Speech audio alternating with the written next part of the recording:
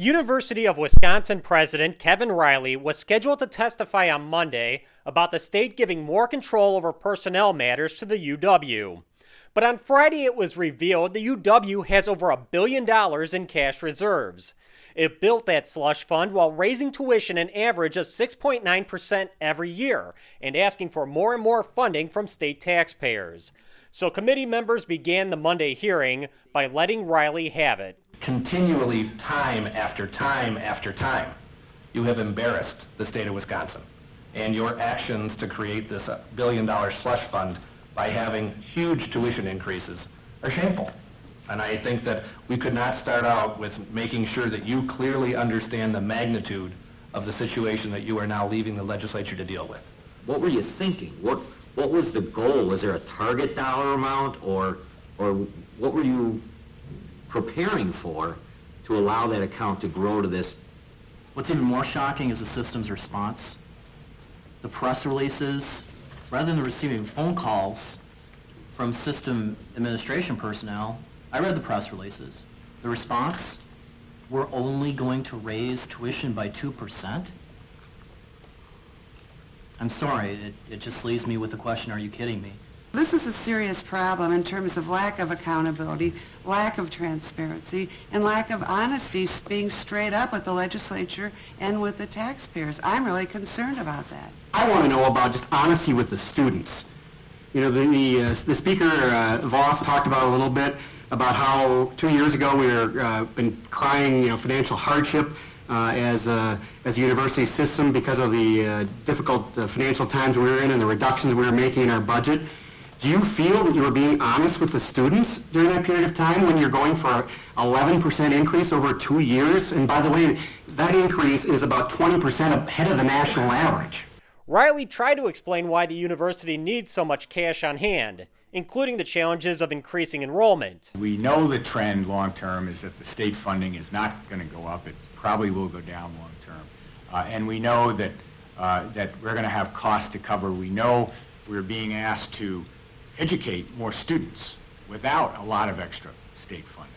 So one of the things that happened to drive up that tuition fund is that in the last 4 years, we've added 12,000 students to the UW system. That's a lot.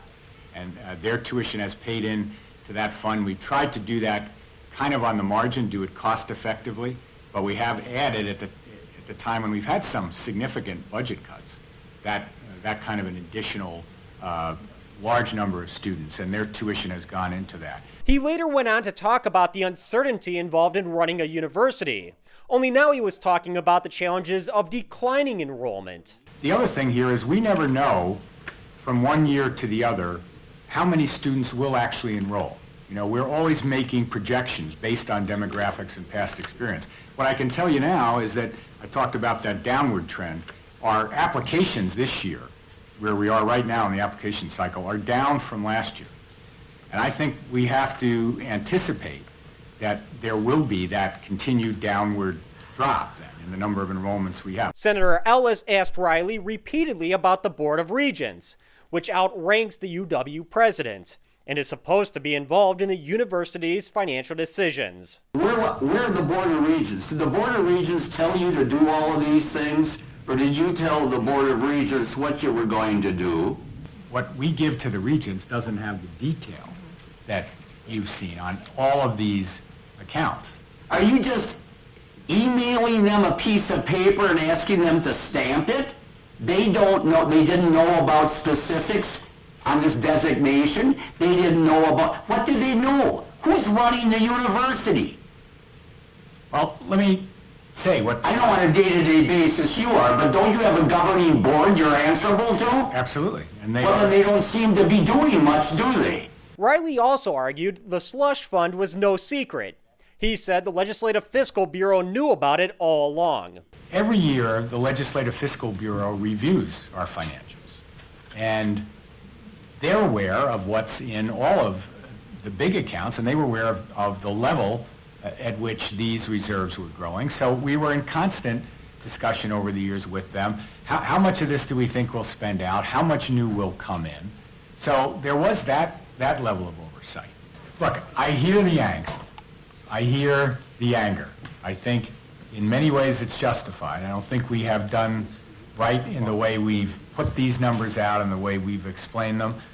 What my promise to you is, and to the people of Wisconsin, we'll come forward and we'll consult with you before the regents take any action on this, with a policy that lays out what we think a right number on these reserves should be, and the reporting mechanism on what's in them, so that the future Senator Ellis won't have to ask the questions that you're asking me now, because you'll know Maybe that before. that's very kind of you, and we're not angry, we're disgusted.